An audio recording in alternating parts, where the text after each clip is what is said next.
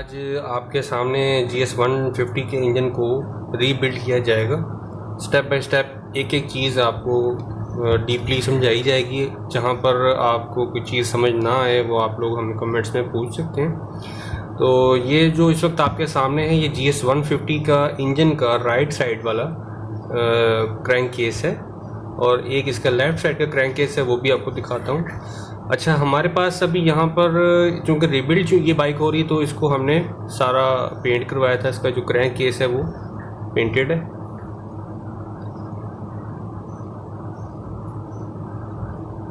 ये silver painted है, ठीक है। और इसको अच्छी तरह से वॉश किया गया है कम्प्लीटली।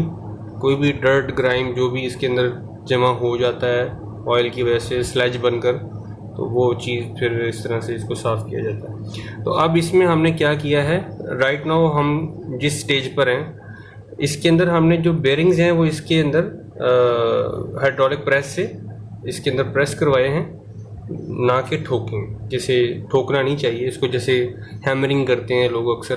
तो ये हमने इसको हाइड्रोलिक प्रेस से इसको प्रेस करवाया। इसकी वीडियो तो मैं नहीं बना सका, मगर ये इसको किसी तरह से आपको समझाने की कोशिश करेंगे। और इसके ऊपर ये एक छोटा सा रिटेनर होता है, ये रिटेनर स्क्रूज़ के साथ इसको लगाया जाता है ताकि ये बेरिंग अपनी जगह से हिले ना दौराने इसको ऑपरेटिंग, जब इंजन ऑपरेट हो रहा होता है, ठीक है। इसमें जो बेरिंग्स इस्तेमाल होते हैं इंजन के अंदर, उस पर भी आगे चल कर बात करेंगे कि उसमें कौन से बेरिंग्स लगाने चाहिए, कौन से बेरिंग्स नहीं लगाने चाहिए। ये जल्दबाजी के फ़ैसले से समटाइम्स इस तरह की जो चीज़ें ना वो आगे जाकर आपकी इंजन की परफॉर्मेंस के ऊपर इफेक्ट करती हैं। अच्छा, ये तो हो गया राइट साइड का क्रैंक केस। इसके ऊपर जो जो आइटम्स लगने हैं वो आपको भी लगाएंगे आपके सामने। इसी तरह हमारे पास ये लेफ़्ट साइड है क्रैंक केस की, जिसके अंदर सारी चीज़ें इंस्टॉल होती हैं।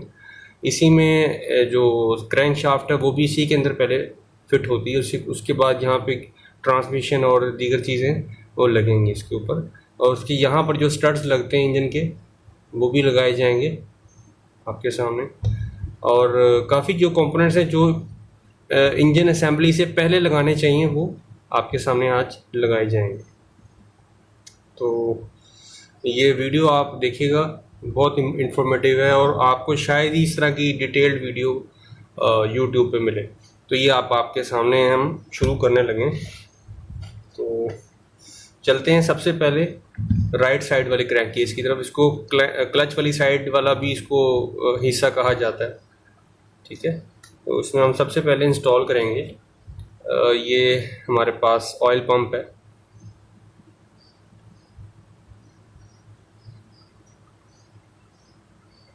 ठीक है।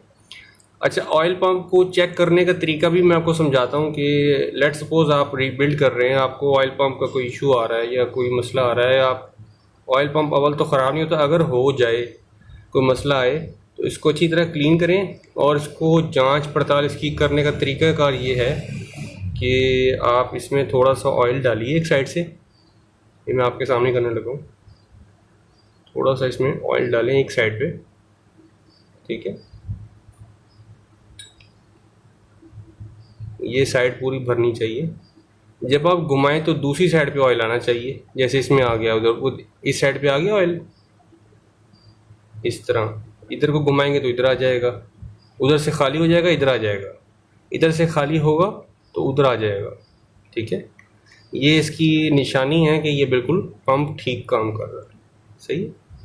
तो ये खैर मैंने वैसे आपको डेमोन्स्ट्रेट करके दिखाया। तो उसको फिट करेंगे, अच्छी तरह से इसको फिट करना है जो इसका तरीक़ाकार है।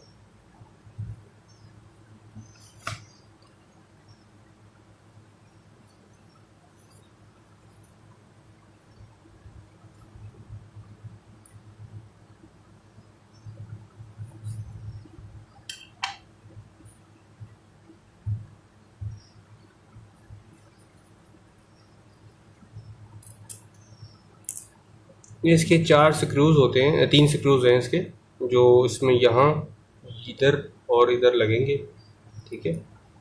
इसको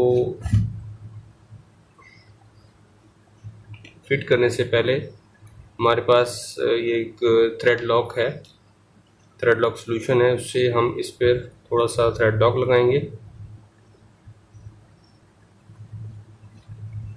ये लगाना ज़रूरी इसलिए है कि जब भी इंजन के अंदर के कोई पेच लगते हैं या कोई भी चीज़ लगाई जाती है वो इस तरह ही लगाई जाती है।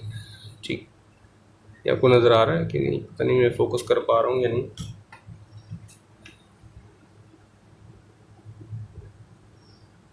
शायद फोकस नहीं सही हो पा रहा। ठीक है, हाँ, ये इसको हम इस तरह से लगाएंगे।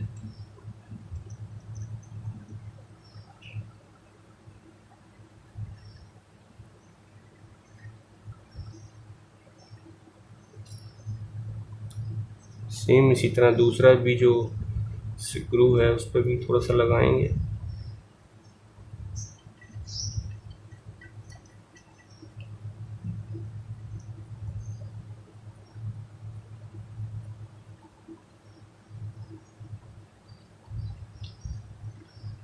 इसी तरह ये तीसरा है।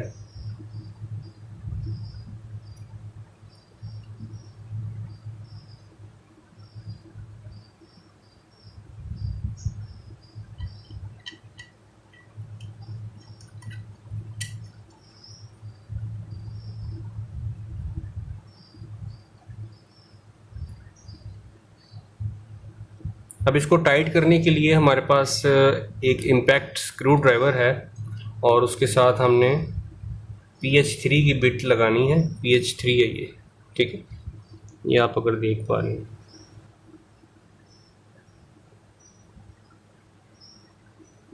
ये हमारे पास S2PH3 की बिट है, ठीक है।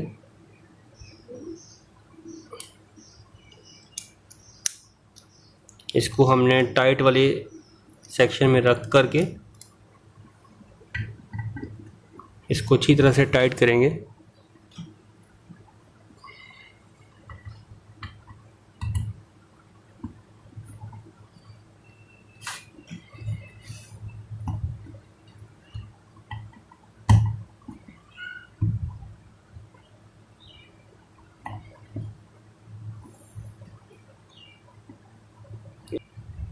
ये हमारे पास छोटा सा हैमर है,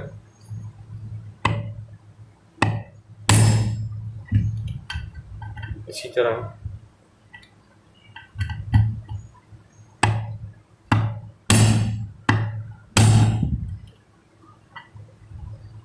सेम इसी तरह इधर।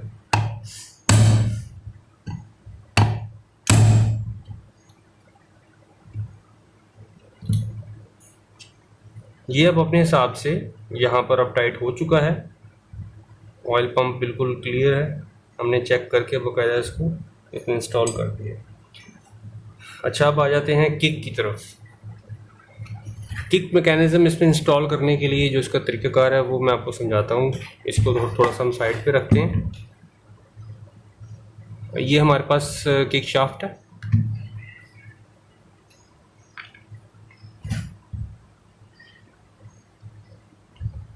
ये किक का स्प्रिंग है और ये दीगर कंपोनेंट्स हैं जो अभी इंस्टॉल करेंगे आपके सामने स्टेप बाय स्टेप, ठीक है। बहुत ही आसान है इसका तरीका। अगर आपने ये डिसअसेंबल कर लिया, आपको नहीं करना आ रहा या मुश्किल पेश आ रही, तो उसका तरीकाकार सिंपल है। आपने सबसे पहले शाफ्ट लेनी है, इसको थोड़ा सा यहाँ पर ऑयल लगाएं। इसकी जो सप्लाइंस हैं इसमें अच्छी तरह से इस ऑयल जो है वो लगाएं।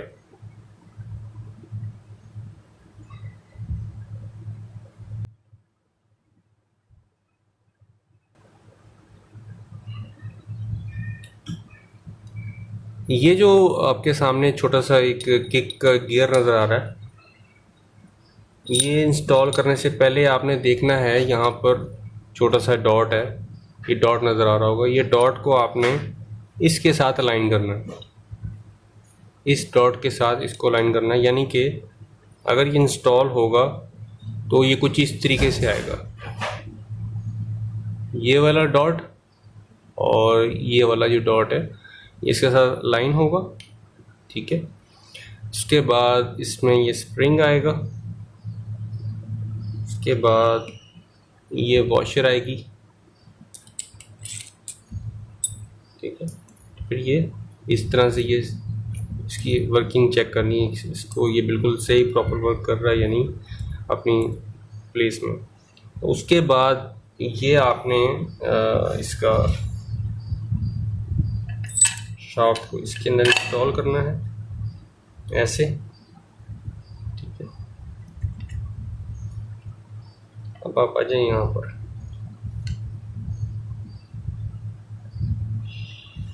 ये स्प्रिंग आपने इस तरह से इसको उठाना है,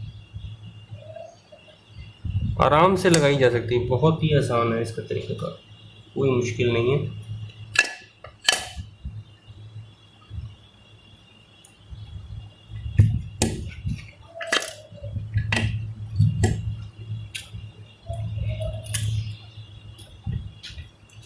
ये छोटी सी पिन दिख रही होगी, उसमें मैंने स्प्रिंग को ऐसे एंटर करवा कर और यहाँ से इसको स्प्रिंग को इधर से मैंने इसके अंदर फिट कर दिए।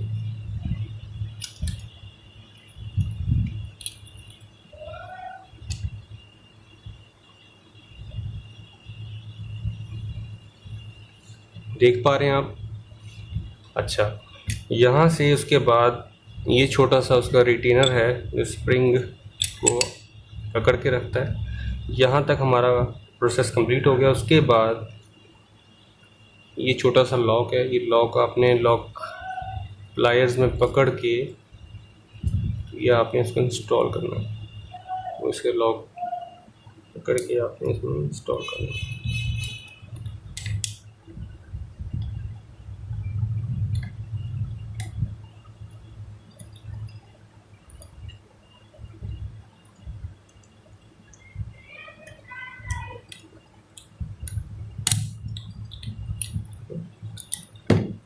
यहाँ पर ये लॉक इसमें लग गया है।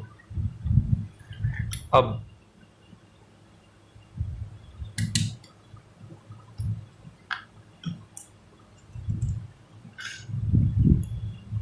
ये इसका स्टॉपर है, कैम स्टॉपर है, ठीक है। ये कैम स्टॉपर आपने लगाना है, मगर कैसे लगाना है वो मैं आपको समझाता हूँ। अब हमारे पास यहाँ पर किक तो इंस्टॉल हो गई, किक का जो मैकेनिज्म है वो इंस्टॉल हो गया है। तो अब हमने करना क्या है कि प्लास से इसको पकड़ के इतना घुमाना है कि ये जो गियर है इसको अपने हाथ से प्रेस करके नीचे रोक देना, ठीक है। रोक दिया। अब यहाँ पर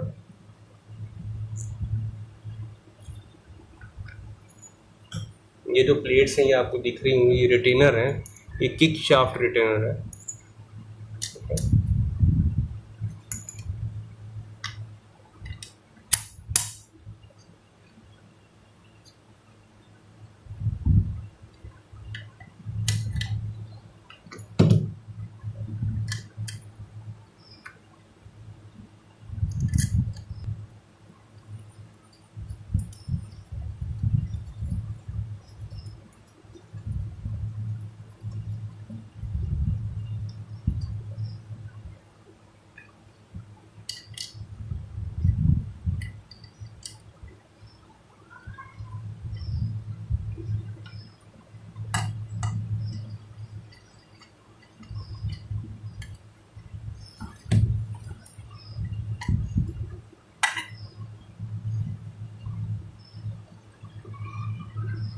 ठीक है, इसको अच्छी तरह से टाइट करेंगे बाद में।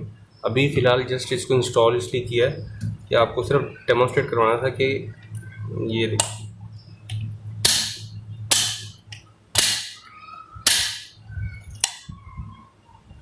ठीक है। इस तरह से ये आपकी ये किक वाले मैकेनिज्म है वो इसमें फिट हो गया। अब आ जाते हैं इसके स्टड्स के ऊपर। इसमें जो क्लच साइड वाले स्टड है वो आपको यहाँ पर दिखाता हूँ कि कौन सा लगेगा, जो हेड के लिए इस्तेमाल होता है, हेड फिटिंग के लिए। हमारे पास यहाँ पे 4 किस्म के स्टड हैं, 4 अदद स्टड हैं जो कि 2 किस्म के हैं, ठीक है। इसमें एक साइड जो है वो अंदर वाली यानी कि लेफ़्ट क्रैंक केस पे लगेगी, एक राइट क्रैंक केस पे लगेगी जो इस वक्त हमारे सामने। तो इसका फ़र्क जानने के लिए आपको मैं बताता हूँ कि ये हमारे पास 4 हैं, उनमें से 2 छोटे हैं और 2 बड़े हैं। ठीक है, जो बड़े वाले हैं वो इस साइड पे लगेंगे, राइट साइड पे। ठीक है, 1 और ये 2, ये अब हमारे इसमें लगेंगे, ये उधर के लिए रह जाते हैं। इसमें भी वही उसूल हम इस्तेमाल करेंगे स्टड लगाने के लिए कि सबसे पहले थ्रेड लॉक लगाएंगे, थ्रेड लॉक लगा करके फिर इसके ऊपर हम टाइट करेंगे।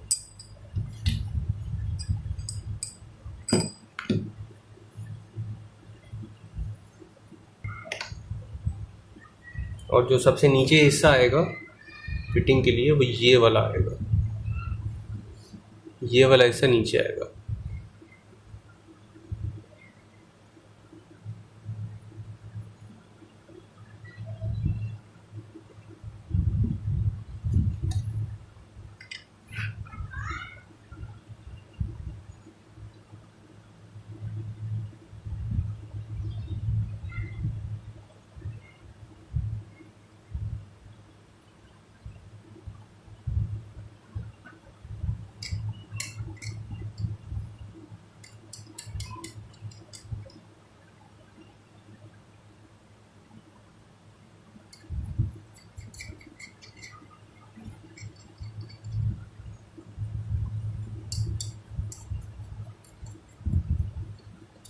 स्टड को फिट करने के लिए ये एक तरीका इस्तेमाल किया जाता है, ये आप नोट कर लीजिए। हमने 12 नंबर का जो नट है वो इस्तेमाल किया है।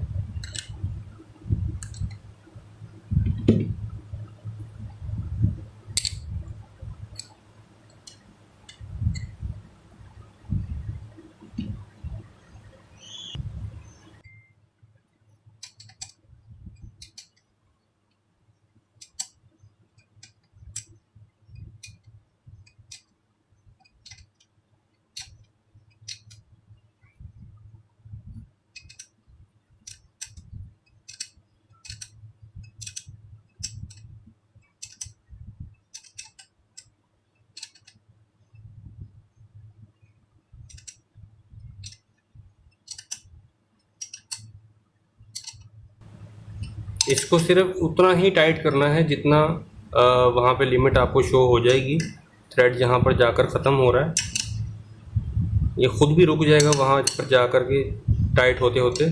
ओवर टाइट इसे नहीं करना।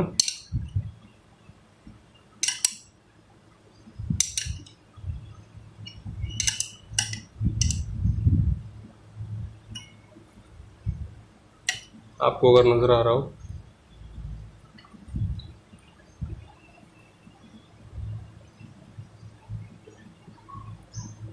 आई होप कि आप देख पा रहे होंगे प्रॉपर। ठीक है, इस तरह से स्टड जो है, इसको ऑयल वाला स्टड भी कहा जाता है। यहीं से आपका जो ऑयल है इंजन का वो यहाँ से हेड की तरफ जाता है। ठीक है, अब हमारा यहाँ पर आकर के रुक गया है, तो इसको सिर्फ इतना टाइट करेंगे कि ये ज़्यादा टाइट भी नहीं करना,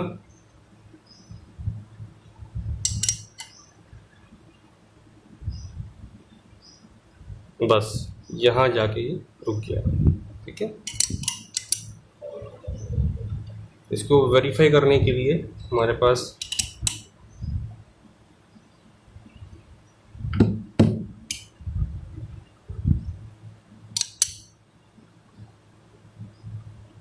बस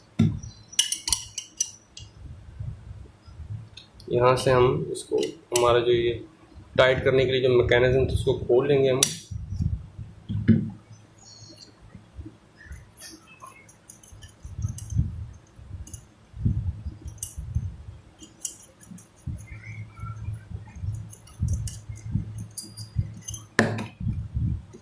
ये हमारा एक स्टड लग गया। इसी तरह आगे वाला स्टड है वो भी लगाएंगे।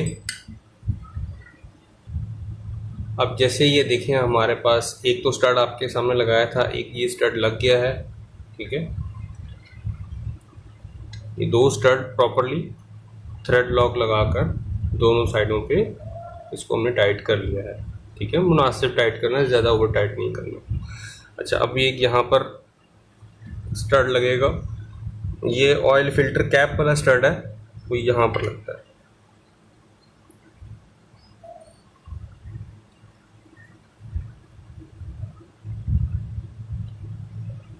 इसके लिए भी तरीका यही है। अच्छा, स्टड के लिए सीधा और उल्टी साइड जो है ना, उसका पहचानने का तरीका ये है कि स्टड का जो साइज़ होगा, जो बाहर की तरफ होगा, वो ऊपर से थोड़ा सा गोल होगा। ये मैं आपको थोड़ा सा जूम इन करके दिखाता हूँ, फिर शायद फोकस हो पाएगा। ये साइड इसकी बाहर होगी और ये साइड इसकी अंदर जाएगी। सही है। अब ये चूँकि थ्रेड लॉक लग चुका है इसके ऊपर, तो इसको इंस्टॉल करते हैं।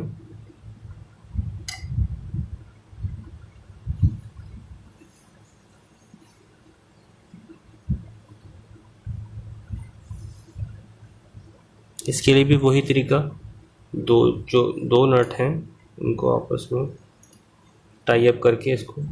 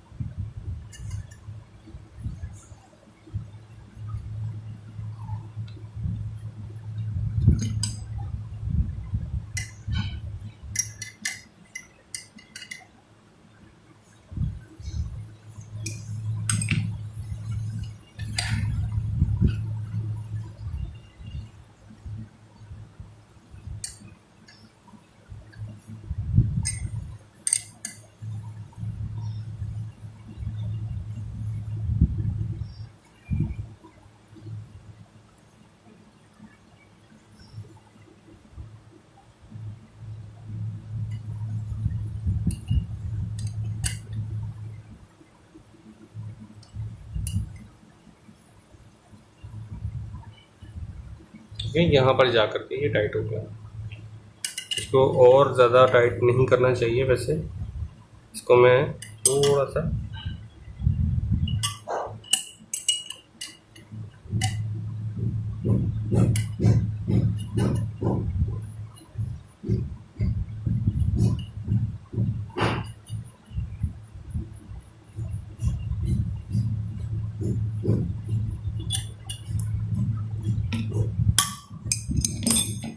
जो एक्सेसिव जो थ्रेड लॉक है वो यहाँ जो बाहर आ गया, उसको इस किसी अच्छे साफ कपड़े से साफ करके ये हमारा एक ये स्टड भी लग गया। ठीक है। तो ये वाला जो हिस्सा है हमारा वो कंप्लीट है। इसमें हमारे पास किक लग गई है। ठीक है। इसको टाइट करना ज़रूरी है। ये टाइट हम उस वक्त करेंगे जब ये इंजन के ऊपर बंधा हुआ होगा। ये वैसे टाइट होना नहीं है सही। ठीक है। इसको तभी टाइट करेंगे। अच्छा, ये हो गया आपका ऑयल फिल्ट, अपना ऑयल पंप हो गया। ठीक है। ये स्टड्स हो गए, बेरिंग हमने इसके अंदर फिट कर लिए हैं। ये हिस्सा हमारा तैयार है। अब हम चलते हैं लेफ़्ट साइड वाले क्रैंक केस की तरफ। लीजिए जनाब, ये हमारे पास लेफ़्ट साइड है क्रैंक केस। ये हमारे पास सब जो दो स्टड्स हैं जो हमने क्लच वाले साइड पे डाले हैं, और ये छोटे वाले साइड पे, ये छोटे हैं, ये यहाँ पे लगेंगे। ठीक है। और दो स्टड्स यहाँ पे छोटे से लगेंगे, वो सिलेंडर जब फेस उसका यहाँ पर फिट होता है वो यहाँ पर फिट होगा। तो हमारे पास यहाँ पर क्लच आर्म जो है वो भी लगेगा। ठीक है। तो अब हम सबसे पहले क्लच आर्म की तरफ ही चलते हैं। तो ये हमारे पास क्लच आर्म है, क्लच शाफ्ट इसको कहते हैं, क्लच आर्म शाफ्ट। ठीक है। तो इसको लगाने से पहले इसको थोड़ा सा मैं लुब्रिकेट करूँगा।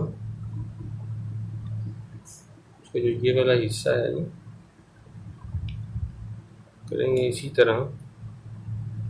इसकी जो ये वाली सतह है जहाँ पर सील फिट होगी, उसको भी अच्छी तरह से लुब्रिकेट करके हम इसके अंदर इसको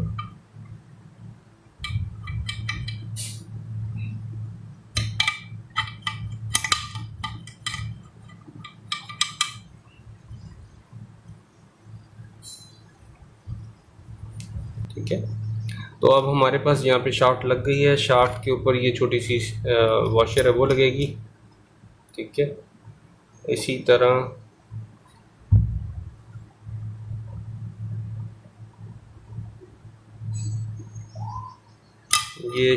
ये वॉशर लग गई।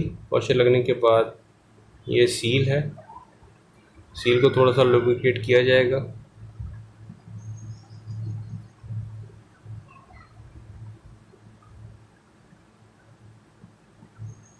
ठीक है, लुब्रिकेट करके इसके ऊपर चढ़ा कर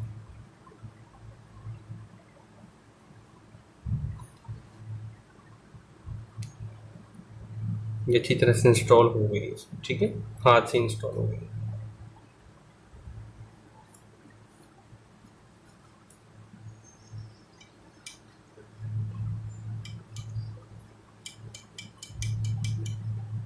इसको अच्छी तरह से घुमाकर भी चेक करें, जो भी इसका इशू है वो आपको यहाँ पे पता चल जाएंगे।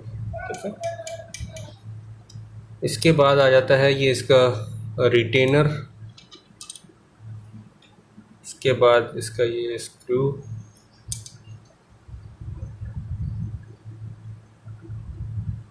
यहाँ पर थ्रेड लॉक नहीं लगेगा। उसकी वजह ये है कि ये बाहर होता है, इंजन के बाहर लगता है, तो इसको कभी कभार जब सील आपको चेंज करनी पड़ेगी तो उसको खोलने के लिए आपको ज़्यादा फोर्स का इस्तेमाल नहीं करना पड़ेगा। ठीक है, हमारे पास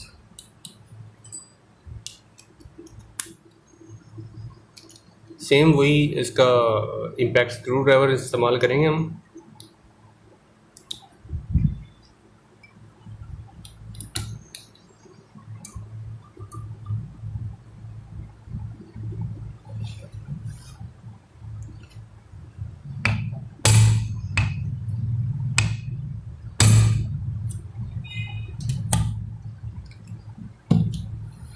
इसको हमने इम्पैक्ट स्क्रू ड्राइवर की मदद से इसको टाइट कर लिया। ठीक है, अब हमारी जो ये शाफ्ट है, ये क्लच आर्म शाफ्ट, ये फिट हो चुकी है। सही,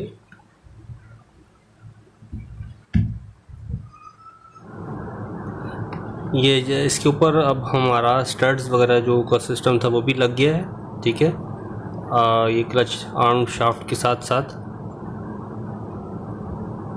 ये स्टड्स और ये दोनों स्टड्स ये लग गए। ठीक है, अब हमारा जो नेक्स्ट स्टेप है, यहाँ पर सील फिट करने का है। तो उसके लिए हमारे पास ये वॉशर है, ये वॉशर इसमें डलती पहले, ये इसको थोड़ी सी ऑयल लगाकर इसको अच्छी तरह से लुब्रिकेट करके, तो इसको, ये थ्रस्ट वॉशर होती है। ठीक है, साथ ही जो ये सील इसको लगानी है वो सील भी इस तरह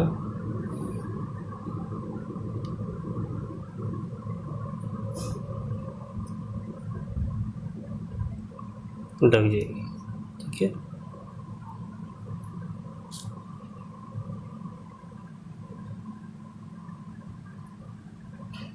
उसके बाद ये ड्राई शाफ्ट का बुश होता है, इस बुश को आपने अच्छी तरह से ऑयल लगाकर इसके अंदर आप इंस्टॉल कर देंगे। ठीक है, उसके बाद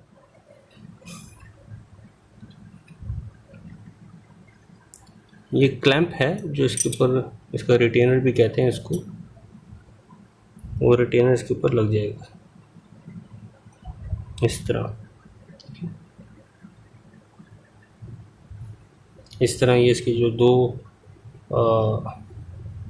ये बोल्ट्स हैं ये इसमें लगेंगे।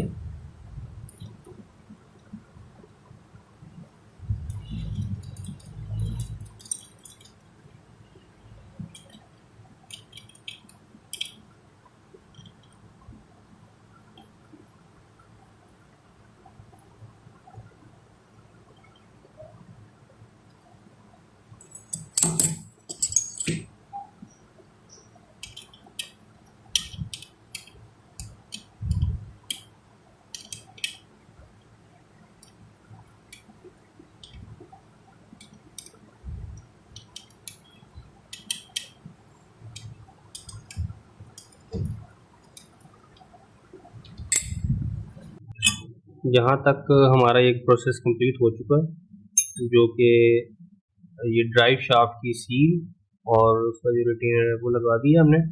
उसके बाद ये गियर शाफ्ट वाली सील,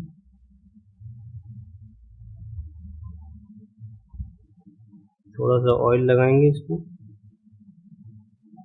ऑयल लगा करके इसको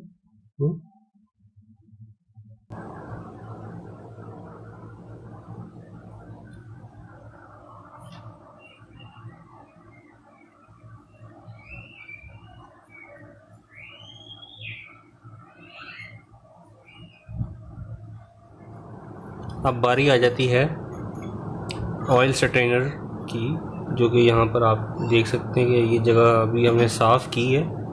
साफ़ करने के बाद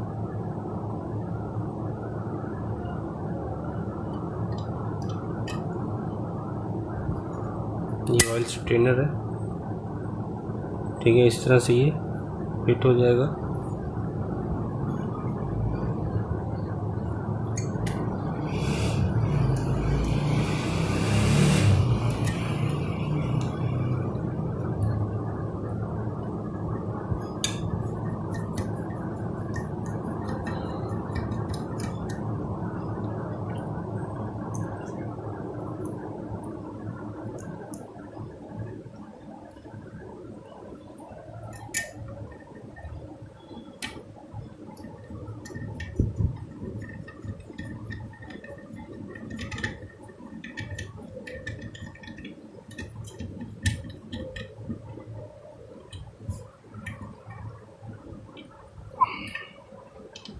इस तरह ये अच्छी तरह टाइट हो गया।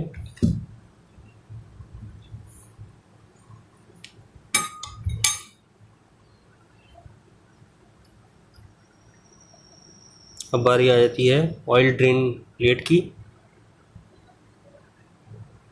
ये इस तरह से फिट हो जाएगी।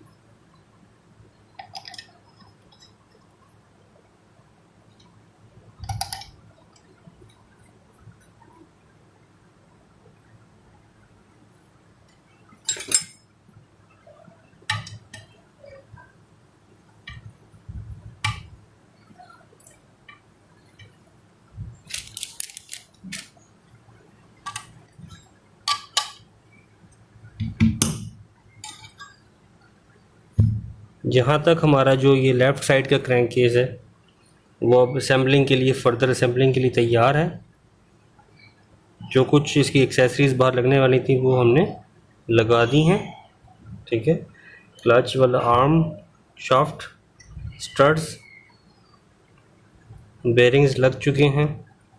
यहाँ पर ये जो उसका गियर शाफ्ट का क्या बोलते हैं इसको, स्टेपलर भी बोलते हैं इसको, स्टॉपर प्लेट भी बोलते हैं, ठीक है, वो भी लग चुकी है। ऑयल ड्रेन प्लेट लग चुकी है, इसके अंदर स्ट्रेनर है वो लग चुका है, ठीक है। और दूसरी साइड पर इसकी जो यहाँ पर सील लगती है वो सील और वॉशर और उसके ऊपर जो ये बुश है और ये साथ में रिटेनर है, ये फिट हो गया है। ये हमारा रेडी है। और यहाँ पर ये जो गियर शाफ्ट की जो सील है वो लग चुकी है। तो जनाब अब ये हमारे पास क्रैंक शाफ्ट है, इसको हम लेफ़्ट साइड जो है क्रैंक केस की उसमें हम फिट करेंगे। हमारे पास ध्यान रहे कि लास्ट सेशन में हमने ये सारे जो लवाज़मात जो बाहर लगने वाले थे वो हमने पूरे कर लिए थे, ठीक है। अब हम इसमें क्रैंक शाफ्ट को इंस्टॉल करेंगे। अब क्रैंक शाफ्ट का इंस्टॉल करने का तरीका जो है वो हमारे जो सुजुकी के जो सर्विस मैनुअल है उसमें भी इस चीज़ के बारे में लिखा गया है। और वैसे भी क्रैंक शाफ्ट को फिट करने के लिए एक स्पेशल टूल होता है, वो ही इस्तेमाल करना चाहिए। आम तौर पर लोग इसको हथौड़े के साथ फिट करते हैं या फोर्सली उसको उसके ऊपर ज़रब लगाते हैं, जिससे इसकी एक्यूरेसी जो है ना, इसकी एक्यूरेसी जो इफ़ेक्ट होती है। तो आज हम उसी तरीके का इस्तेमाल करेंगे जो रिकमेंडेड है। तो ये आपके सामने हम शुरू करते हैं। आज हम इस टूल का इस्तेमाल करने वाले हैं क्रैंकशाफ्ट फिट करने के लिए। तो चलिए देखते हैं कैसे इंस्टॉल होता है इसमें।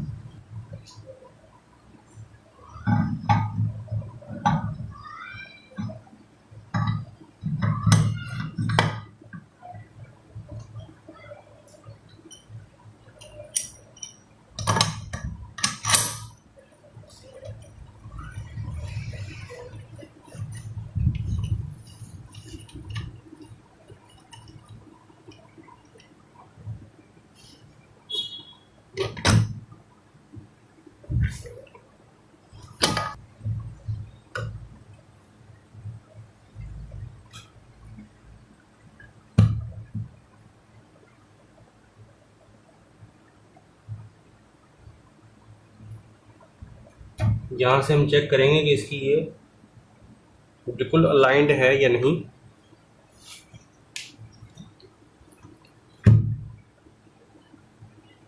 देखिए ये बिल्कुल बॉडी के अलाइनमेंट में है।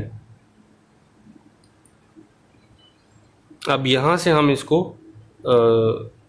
खींचना शुरू करेंगे इसके नट के जरिए।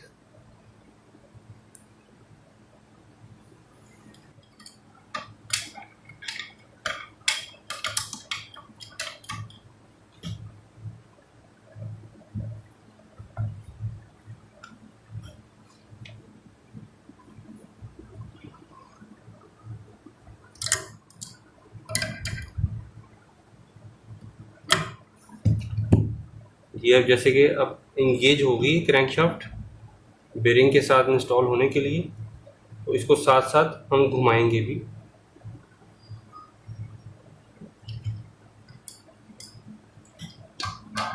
उम्मीद है आपको नज़र आ रहा होगा।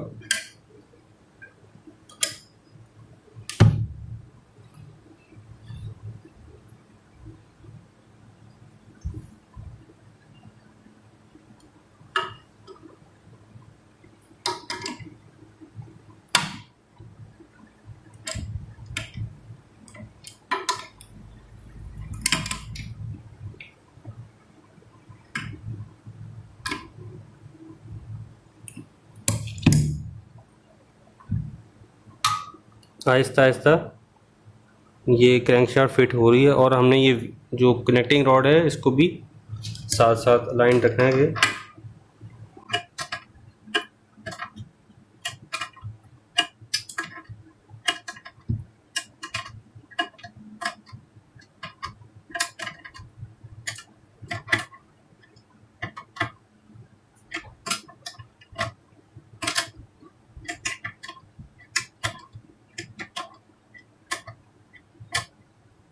ये आप देख रहे हैं जैसे कि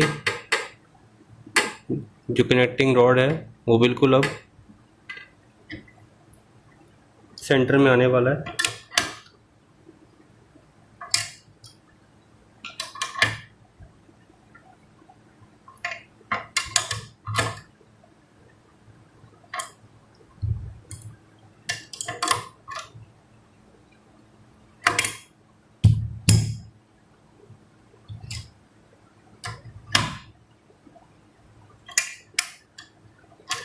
इसको वहाँ तक टाइट करना है जब तक आपको फील हो हाई रेजिस्टेंस फील्ड जब तक होने लगे, साथ साथ उधर भी मॉनिटर करना है कि जो गैप है वो एग्जैक्ट फिल हुआ है कि नहीं हुआ। उसके लिए मेरे पास सर्च लाइट मौजूद है।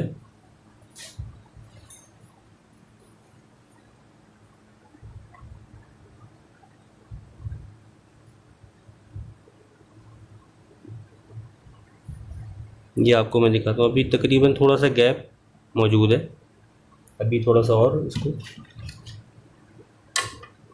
टाइट किया जाएगा। अच्छा, एक तरीका और भी है इसको नोटिस करने का, वो ये है कि ये क्रैंक शाफ्ट का जो ये कनेक्टिंग रॉड है, इसका जो सेंटर है वो इसके यहाँ कोने में आना चाहिए। आई होप कि आपको सही नज़र आ रहा होगा।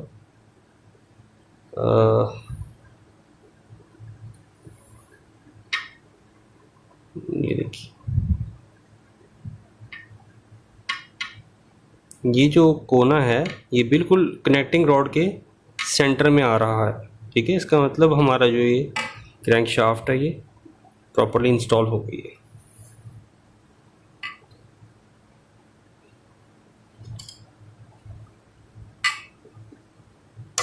फिर भी हम एक बार चेक करेंगे कि कितनी गुंजाइश है। यहाँ तक गुंजाइश है, उसके बाद अब यहाँ से टाइट हो गया। ठीक है, इसको अब लूज़ करके तो आपको दिखाते हैं कि क्रैंक शाफ्ट इंस्टॉल जो हुई है वो कैसी हुई है।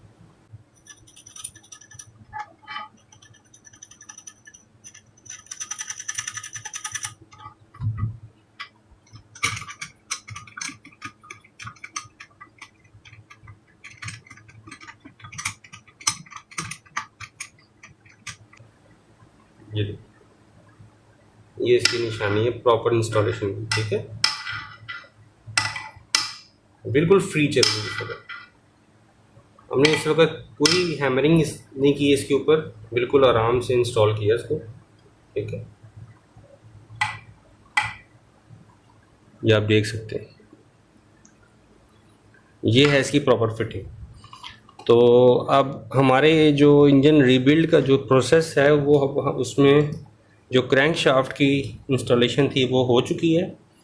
अब आगे हम चलते हैं ट्रांसमिशन की तरफ, जो इसमें इंस्टॉलेशन होगी यहाँ पर, तो उसके बारे में फिर आके आपको प्रॉपरली एक एक चीज़ गाइड करते हैं। अच्छा, यहाँ पर अब हम इस वक्त इसमें गियर बॉक्स और इसकी गियर ट्रांसमिशन सिस्टम जो है वो इंस्टॉल करने लगे। ठीक है, इसके बारे में मैंने पहले भी एक डिटेल्ड वीडियो बनाई है अपने चैनल पर, तो आप अगर उसके बारे में इन डेप्थ सीखना चाहें तो वो मैं लिंक दे दूंगा उसका वीडियो का, वो भी आप देख सकेंगे। तो इस वक्त इसमें इंस्टॉल करते हैं सबसे पहले ट्रांसमिशन सिस्टम।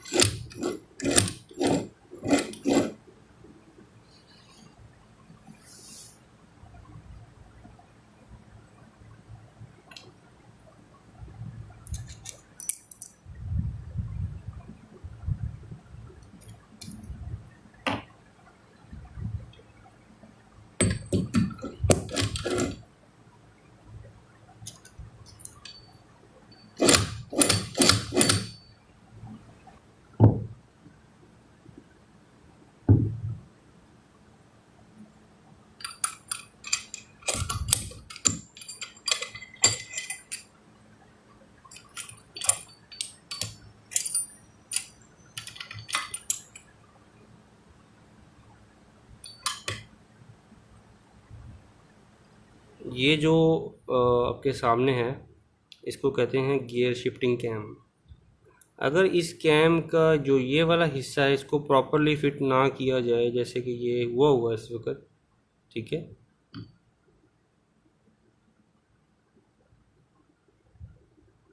ठीक है, ये पहले वॉशर है, फिर वो छोटी सी पिन है, उसके बाद ये इस तरह से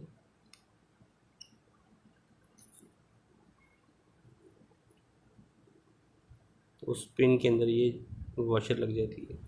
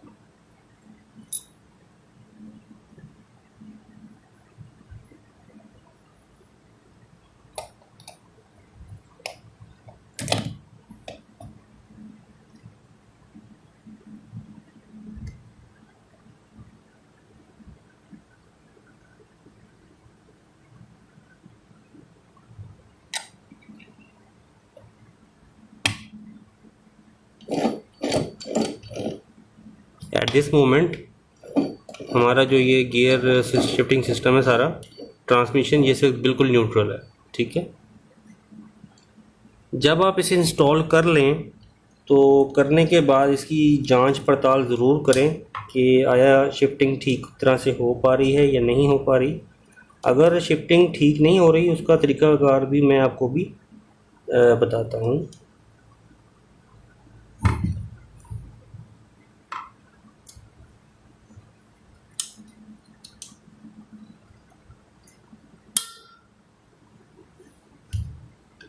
गियर शिफ्टिंग का जो स्प्रिंग है वो इंस्टॉल हो चुका है। अब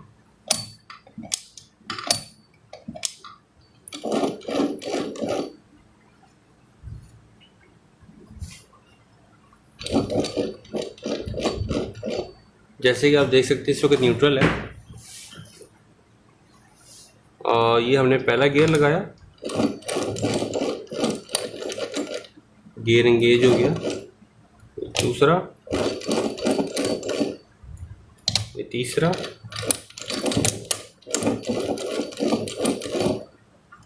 ये चौथा और ये पांचवा।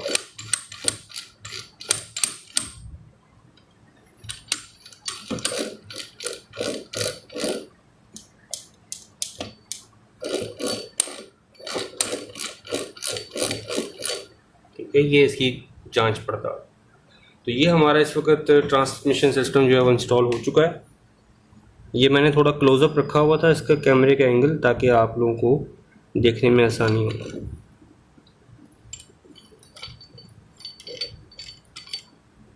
थोड़ा और क्लोजअप करके दिखा देता हूँ अगर आप देखना चाहें। इस तरीके से ये इंस्टॉल्ड है, ठीक है।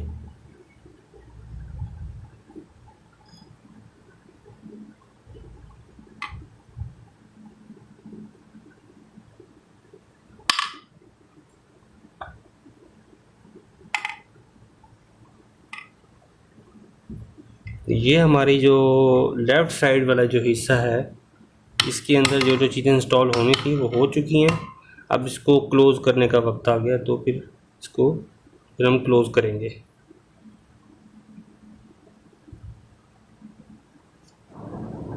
अब जैसा कि आप देख सकते हैं इसमें ये जो सेटअप है सारा, ये सिर्फ इसीलिए आप लोगों के लिए ये बनाई जा रही है वीडियो, ताकि आप लोग सीख सकें ज़्यादा बेहतर तरीके से। तो अब हम जो दूसरा हिस्सा है यानी कि राइट साइड वाला, उसमें जहाँ जहाँ वो हिस्से साथ मिलने हैं, इधर जो मेटिंग सरफेसेस हैं उनको अच्छी तरह से साफ़ करके और उसके बाद सिलिकॉन लगाकर इसको अच्छी तरह से, हाई टेम्परेचर सिलिकॉन लगेगी, तो ये जो है ना, इसको अच्छी तरीके से साफ़ किया जाएगा पेट्रोल के साथ, ताकि इसमें कोई ऑयल का कुछ ना हो, कोई चिकनाई वाली ये सरफेस ना हो। तो उसको अच्छी तरह से इसको सिलिकॉन लगा कर हल्की हल्की उसके बाद इसको उसके ऊपर फिट करके आपको दिखाते हैं।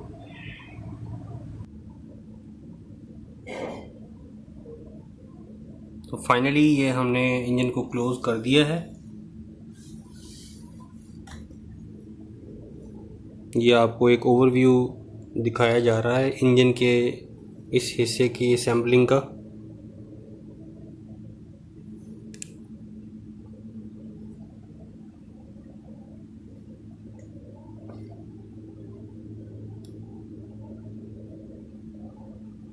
किसी और एंगल से भी कोशिश करता हूँ उसको दिखाने की। ये इसकी जो लेफ़्ट साइड बनती है ये वो है। ये जो मैं आपको दिखाना चाह रहा था चीज़ वो ये है, ये क्रैंकशाफ्ट इस वक्त फिटेड है और ये बिल्कुल फ्री है, ये सख्त नहीं है। इसका झूलना जो है ना ये चाहिए इसको, जैसे ये ऑटोमेटिकली ये इतनी फ्री होनी चाहिए असेंबलिंग के बाद। तो ये आपके सामने सारा इस वक्त स्टड्स वगैरह से लेकर हर चीज़, ईच एंड एवरीथिंग, बोल्ट्स के बारे में। अच्छा, बोल्ट्स के बारे में भी मुझसे लोगों ने पूछा है। कई लोग पूछते हैं कि यार इसमें जो बोल्ट जो लगते हैं वो साइज़ का क्या, उनका क्या साइज़ होता है, तो उसको कैसे लगाया जाए, कोई ओवर साइज़ बोल्ट कहीं फिट ना हो जाए। तो उसकी भी मैं आपको एक वीडियो बना दूंगा कि साइज़ कैसे नापते हैं, ठीक है। तो सेकेंडली ये जो जो जहाँ जहाँ बोल्ट्स लगते हैं उनका साइज़ क्या होता है, वो मिलीमीटर्स में साइज़ होता है। और ये इसके बारे में मैं वीडियो बनाऊंगा छोटी सी एक। तो आपके सामने ये सारा कुछ, ईच एंड एवरीथिंग।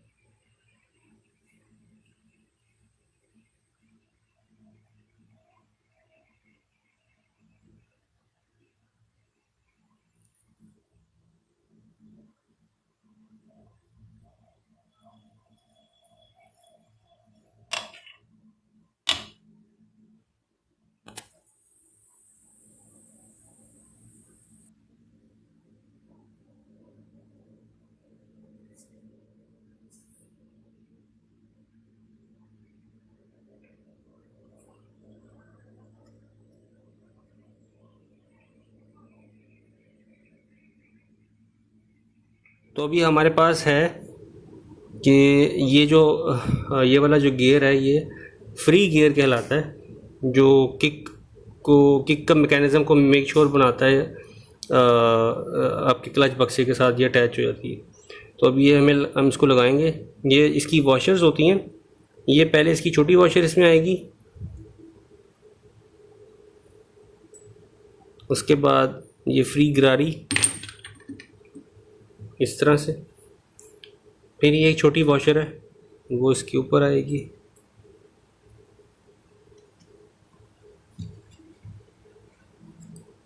और लॉक वॉशर इसके ऊपर जो लॉक लगता है वो इस तरह से लॉक प्लायर्स में फंसा करके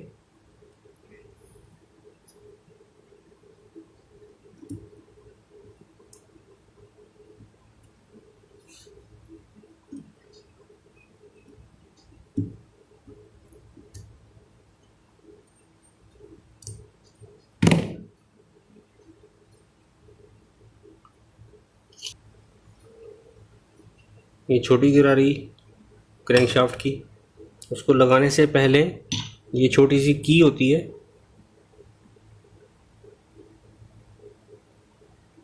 इसको इंसर्ट करना पड़ता है यहाँ पर।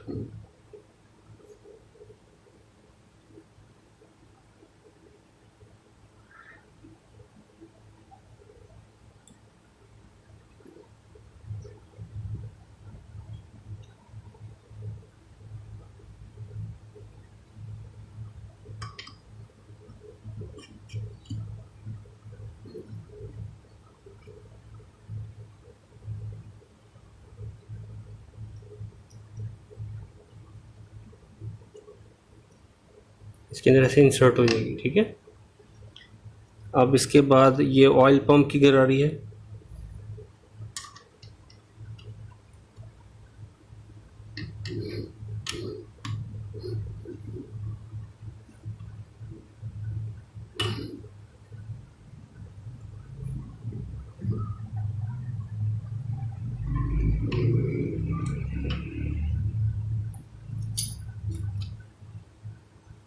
इसके बाद इसकी ये वॉशर है छोटी सी, इसमें यहाँ पर कट होता है और वो कट यहाँ पर इस काम के लिए होता है कि वो इसके अंदर जाके ये लॉक इन प्लेस हो जाए इस तरह से।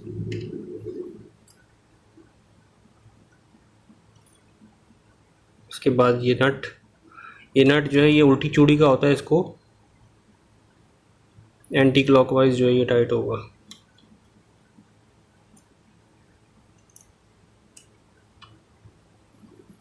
ये इसकी सीक्वेंस है। इसके बाद ये जो वॉशर है इसको आपने थोड़ा सा प्रेस करना है ग्लास के साथ या जिस भी मदद से इसको इस तरह से प्रेस कर देना है, ठीक है।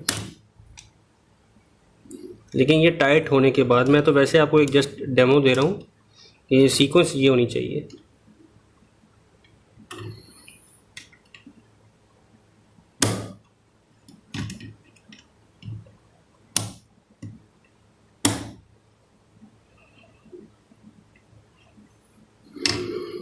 ठीक है, ये थोड़ा सा भी साथ लगना है इसके, बिल्कुल नट के साथ अभी लगेगा। अगर ये टाइट हुआ होता तो मैंने इसको पूरा क्लोज करना था।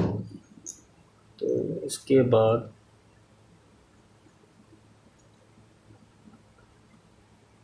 ये ऑयल पंप है, ऑयल पंप के साथ जो ऑयल पंप की गरारी है वो लगेगी।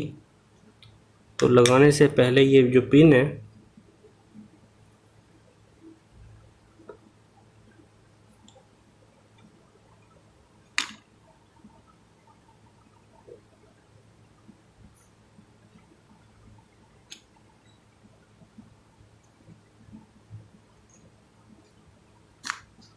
लॉक का ग्रूव है वो अब हमारे लिए विजिबल हो गया है। अब इसके अंदर इस लॉक को प्लेस करेंगे।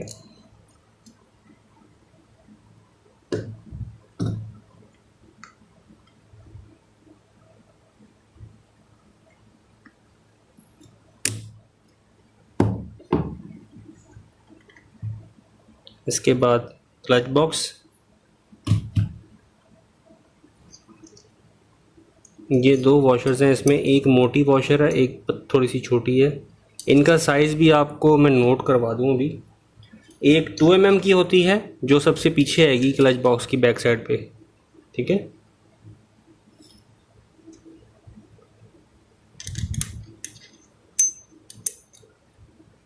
इसके बाद ये बुश है क्लच बॉक्स का। इसके बाद क्लच बॉक्स की एंट्री हो जाती है इसके अंदर।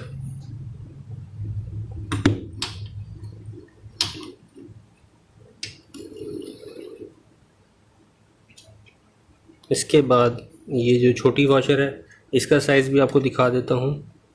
इसका साइज़ 1.5 mm होता है।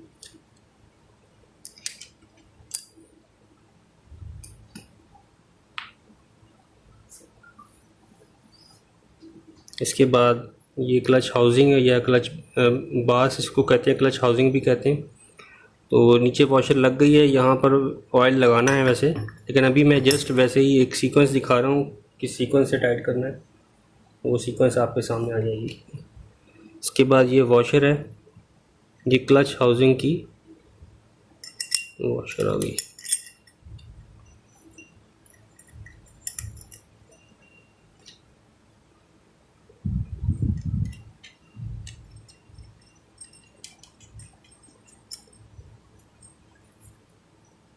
यहाँ पर इसको अच्छी तरह से टाइट करना है। टाइट करने के लिए हमारे पास ये एक टूल है, इसका इस्तेमाल करेंगे। ये इसके अंदर ऐसे प्लेस हो जाता है और यहाँ पर हम इसको स्पैनर की मदद से, ये 22 mm की सॉकेट की मदद से इसको टाइट करेंगे। टाइट करने के बाद इसका जो ये वाला हिस्सा है उसको लिप को इसको इसके साथ फोल्ड कर देंगे ताकि ये एक्सीडेंटली ना खुले। टाइट होने के बावजूद भी खुलने का खदशा होता है। यहाँ तक आप आ गए। उसके बाद अब आपकी क्लच प्लेट्स आए। क्लच प्लेट्स में वेरी सिंपल, जो प्रेशर प्लेटें हैं वो प्रेशर प्लेट्स हमेशा वो वाली साइड ऊपर रखें जो कि तीखी हैं, यानी कि जो हिस्सा तीखा है, यानी कि उल्टा है आप उसको कह लें, वो साइड आपने इस साइड मेरी इस तरफ रखना है, जैसे ये रखा हुआ है। ठीक। क्लच प्लेट्स की कोई भी डायरेक्शन रख लें, उसका कोई मसला नहीं। जो प्रेशर प्लेट्स हैं उनको आपने इस तरह रखना है। ये वाली मुलायम साइड है, ये वाली शार्पर साइड है। जो शार्पर साइड है वो ऊपर रखें।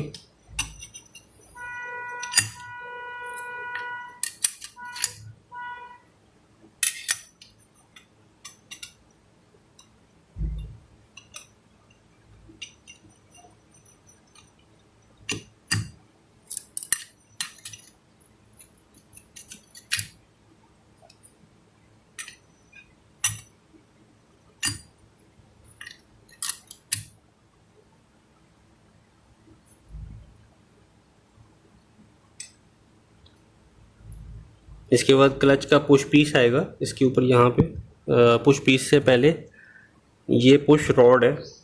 ये पुश रॉड आप अगर तो आपकी बाइक 2005 या 6 मॉडल है, उसमें क्लच की जो ये रॉड है ये थोड़ी सी डिफरेंट है, तो उस सूरत में जो यहाँ पर एक पीस आता है यहाँ तक, आपने वो हिस्सा ऊपर रखना है। हमारे केस में ये वाली पुश रॉड है तो इसको हम किसी भी एंगल से इसको डाल सकते हैं, लेकिन इसका जो सही जो इसकी डायरेक्शन बनती है वो ये वाली बनती है। एफ मार्क्ड ऊपर की तरफ आएगा। ठीक है। ये क्लच का जो आर्म है, क्लच आर्म शाफ्ट है, उसको मैं घुमा रहा हूँ। ठीक है। ये क्लच का पुश पीस आ गया। पुश पीस के बाद ये वॉशर होती है इसके अंदर, यहाँ पर लगती है और ये इसके ऊपर लगती है। इसका भी आपने हिसाब रखना है, जो शार्पर साइड है वो आपने इस साइड पे रखनी है। जो ये थ्रस्ट बेरिंग है, थ्रस्ट बेरिंग को ये फेस करे। ठीक है। उसके बाद आपने यहाँ पर इसको टाइट कर देना।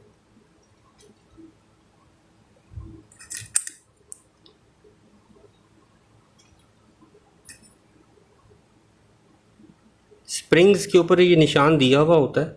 इस स्प्रिंग्स के ऊपर निशान ये अपवर्ड होना चाहिए।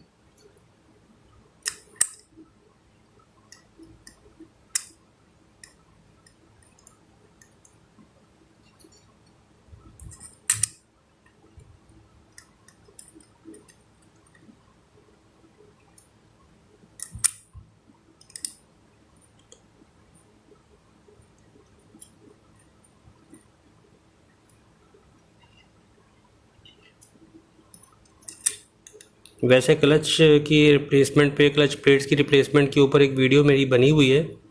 अगर आप वो डिटेल में देखना चाहते हैं उसका, उसमें डिटेल में बयान किया गया। वैसे उसका लिंक भी मैं दे दूंगा यहाँ डिस्क्रिप्शन में।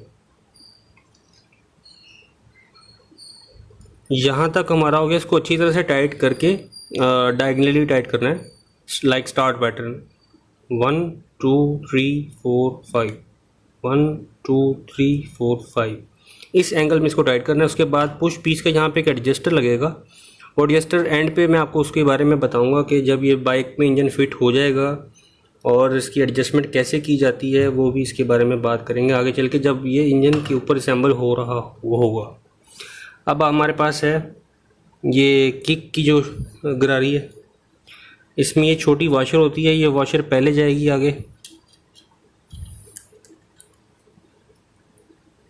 इसके बाद ये किक की गरारी हो गई। ये किक की गरारी के बाहर की वॉशर आ गई।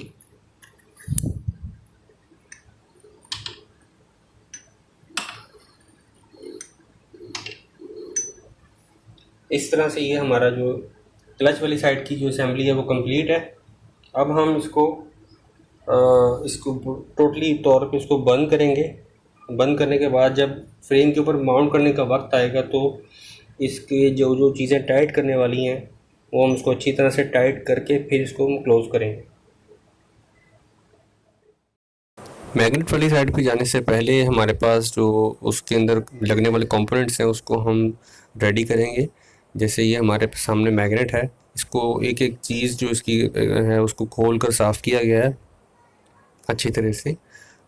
और इसमें जो बेरिंग है वो इंस्टॉल होगा, जो इसके पीछे सेल्फ स्टार्टर बेरिंग होता है, तो वो इंस्टॉल करने से पहले हमारे पास ये जो बेरिंग है इसको अच्छी तरह से ऑयल करेंगे। ऑयल लगाने के बाद इसकी जहाँ पर रोलर स्प्रिंग्स लगते हैं उधर भी ऑयल अच्छी तरह से करेंगे, ऑयल अप्लाई अच्छी तरह से करें यहाँ पर। अब ये तीनों जो स्प्रिंग्स हैं वो एक एक करके इसमें इंसर्ट करें और साथ में स्प्रिंग के कैप्स होते हैं, कैप्स के बाद इसके अंदर जो रोलर्स हैं वो इंस्टॉल होंगे। ये कैप हो गया इसका, ये स्प्रिंग के ऊपर इसका कैप लग गया। ये लगने के बाद स्प्रिंग को इस तरह से एंटर कीजिए, जैसे ये आप देख पा रहे होंगे। ये दूसरा स्प्रिंग आ गया, ये दूसरा स्प्रिंग का कैप है।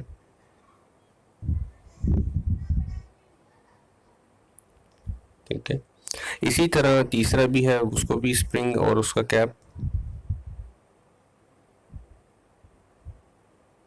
और किसी पिन की मदद से या किसी पॉइंटर की मदद से वो जो कैप्स हैं स्प्रिंग के साथ उसको थोड़ा सा प्रेस इन करें, पुश इन करें थोड़ा सा, ताकि ये रोलर्स को अपनी जगह पे फिट होने का मौका मिल सके।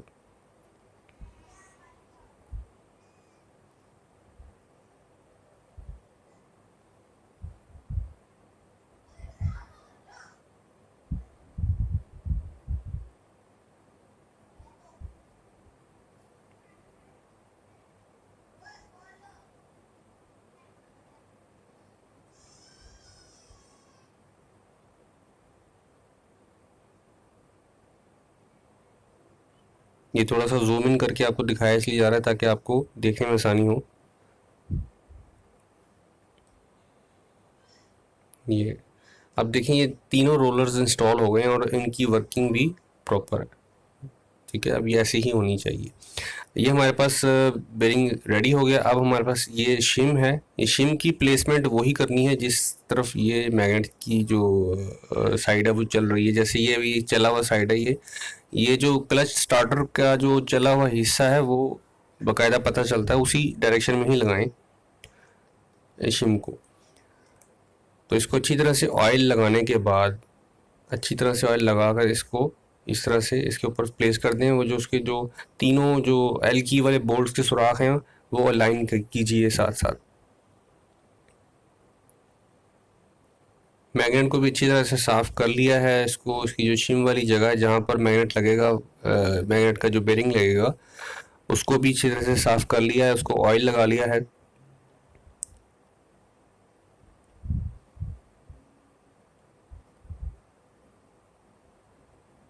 शिम इस तरह से प्लेस करें कि तीनों जो सुराख हैं जिसमें एल की फिट होगी उसको अपने अलाइन कर लेना है। उसके बाद इसके ऊपर ये मैग्नेट आ जाएगा, मैग्नेट बेरिंग।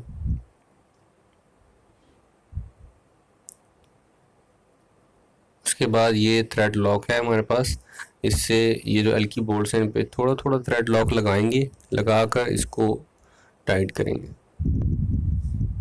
थ्रेड लॉक थोड़ा थोड़ा ही लगाया जाता है, बिल्कुल थोड़ी सी क्वांटिटी में, अगर खोलना पड़े दोबारा ये तो खुल सके आराम से। और ये जो एल्कीज होती हैं बिल्कुल टूट जाती हैं, तो इसको 10.8 हार्डनेस वाली जो एल्कीज लगेंगी, ये जैसे मैं दिखा पा रहा हूँ, ये 10.8 हार्डनेस है इसकी।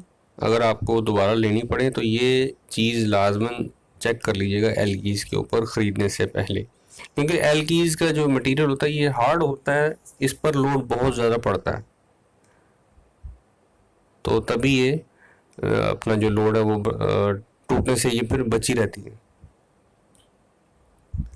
अब तीनों को हमने, तीनों बोल्ट्स को, तीनों जो एल्कीज हैं उनको अच्छी तरह से ये फिट करना है, इसको तीनों को थ्रेड लॉक लगाकर।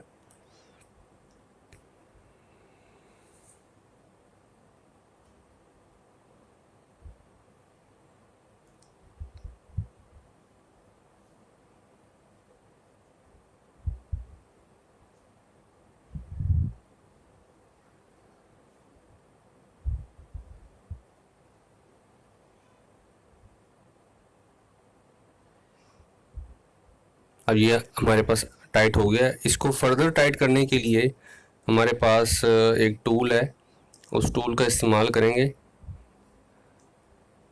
ये मैग्नेट की है, इसको कहते हैं मैग्नेट की, मैग्नेट होल्डर की। इससे इसको होल्ड करके एक एक एल की को प्रॉपरली टाइट करना है अच्छी तरह।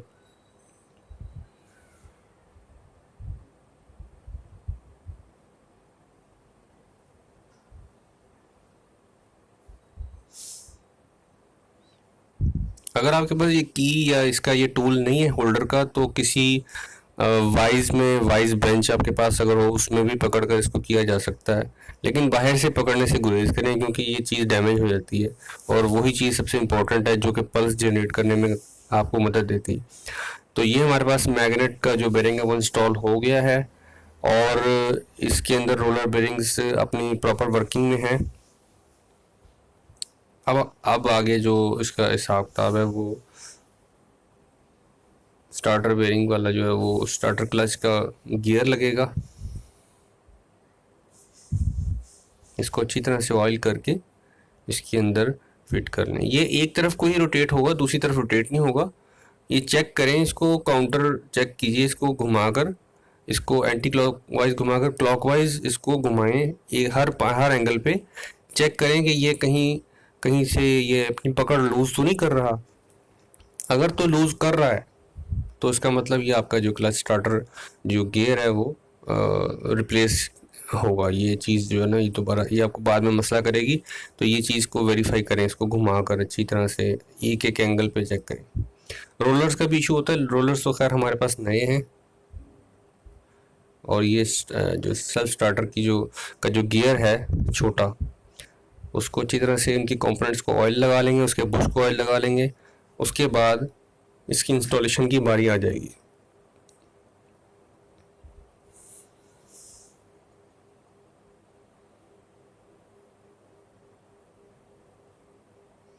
जैसे कि हमारे पास ये वीडियो बन रही है और उसमें मैग्नेट का ये लगाने का तरीका आपको दिखाया जा रहा है।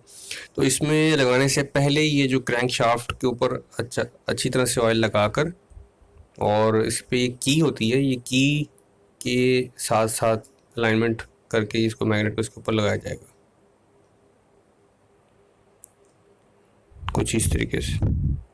ठीक है, ये पूरा इंसर्ट हो गया। अब उसके ऊपर इसका जो नट है वो लगाएंगे।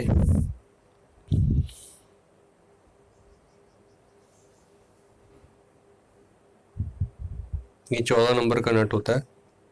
और उसके बाद छोटी सी गरारी लेकर इसको हमने ऑयल लगा लिया था अच्छी तरीके से। उसके बाद इसमें ये इसकी जो पिन है, पिन इंसर्ट करके उसके बाद इसके ऊपर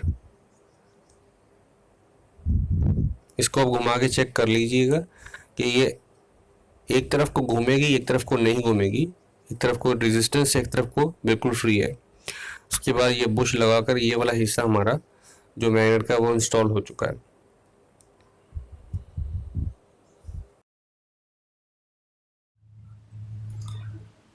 जो लास्ट सेशन है उसमें मैंने आपको बकायदा गाइड किया था कि मैग्नेट को कैसे इसके साथ मैग्नेट का जो बेरिंग है वो किस तरह से लगाना है, लगाकर आपने इसको इंस्टॉल करना है। यहाँ तक हम हो चुके थे। अब आपने इस कवर को लगाना है, लेकिन यहाँ पर हमारे पास चूँकि स्टेटर कॉयल इसमें इंस्टॉल्ड नहीं है, स्टेटर कॉयल के बगैर ही फ़िलहाल मैं लगा रहा हूँ, जस्ट आपको डेमोन्स्ट्रेट करने के लिए कि कैसे लगाया जाता है, इसका तरीक़ाकार क्या है। इसमें यहाँ पर जो गैसकेट है वो लगेगी। लगने के बाद ये छोटी सी डॉवल होती है यहाँ पर, उसका ये सुराख आपको ये भी नज़र आ रहा होगा। ठीक है, ये डबल यहाँ पे फिट करके इस पे गैसकेट रख के उसके बाद इसको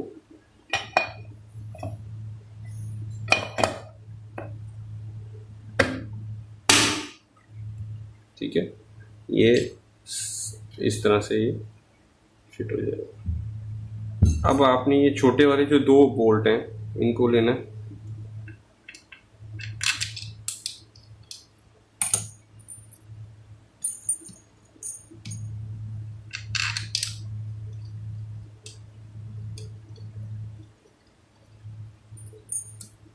फिर उससे जो बड़े हैं उनको लेना है, वो यहाँ पे लगेंगे। जो उससे बड़े, इससे जो बड़े हैं दो, इन दो से जो बड़े हैं वो ये दो हैं, एक यहाँ लगेगा, एक यहाँ लगेगा, ठीक है। फिर जो उस इससे जो बड़े हैं वो ये हैं, ठीक है। ये एक यहाँ आएगा, एक यहाँ आएगा। अगर ये अरेंजमेंट आपकी आगे पीछे हो जाए तो आपके बोल्ट भी टूट सकता है, उसके अंदर जहाँ ये लगता है वो थ्रेड भी ख़राब होगा, और इस तरह ये आपका जो पार्ट है ये प्रॉपरली फिट नहीं होगा। ये जो तरीक़ाकार मैंने अभी बताया बोल्ट्स का, ये अरेंजमेंट रखना है, ठीक है। अक्सर मैकेनिक जो है वो जल्दबाजी में ये वाला जो बोल्ट है या वो इधर लगा देते हैं। अगर कहीं टाइट भी जा रहा होगा तो उसको वो फुल घुमा देते हैं, कि मतलब कि जैसे कि फोर्सली टाइट करना, उसको कहते हैं फोर्सली टाइट करना। ये फोर्सली टाइट नहीं किए जा रहे, ये बिल्कुल आराम से अपनी प्लेस पे लग रहे हैं, ठीक है। अभी मैं टाइट नहीं करूँगा इसको, टाइट इसको बाद में करेंगे जब यहाँ पर स्टेटर कॉइल लग जाएगा। स्टेटर कॉइल की तारें यहाँ से निकलेंगी, ये सारा इधर से होते हुए, वो भी प्रॉपरली गाइड करेंगे जब ये इसका लग जाएगा इसमें स्टेटर कॉइल। तो वो लगाते हुए भी कि आपको वीडियो शो करवाएंगे इसका कैसे तरीक़ाकार है, उसमें प्रॉपरली इसको गाइड करवाएंगे इसमें, ठीक है। तो अब ये आपके सामने इस वक्त, तो ये इसके जो बोल्ट्स हैं उसको आप प्रॉपरली टाइट कर लें।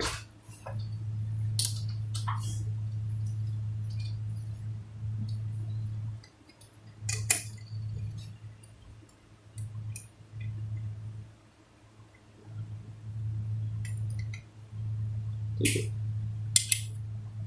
नेक्स्ट आ जाता है आपका स्प्रॉकेट कवर। स्प्रॉकेट कवर हमारे पास जो है वो भी पेंटेड है, और वो यहाँ पे हम लगाते हैं। यहाँ से स्टेटर कॉइल की तारें निकलेंगी, और यहाँ ये क्लिप दिया हुआ है, क्लिप्स के अंदर रखकर इस तरह से तारें बाहर आती हैं, तो वो भी आपको दिखाएंगे। तो ये हमारे पास स्प्रॉकेट कवर आ गया। स्प्रॉकेट कवर में जो छोटा बोल्ट है, ये वाला छोटा स्क्रू है, ये नीचे आएगा। जो दूसरा इससे बड़ा वाला है वो ये यहाँ आएगा, और ये वाला जो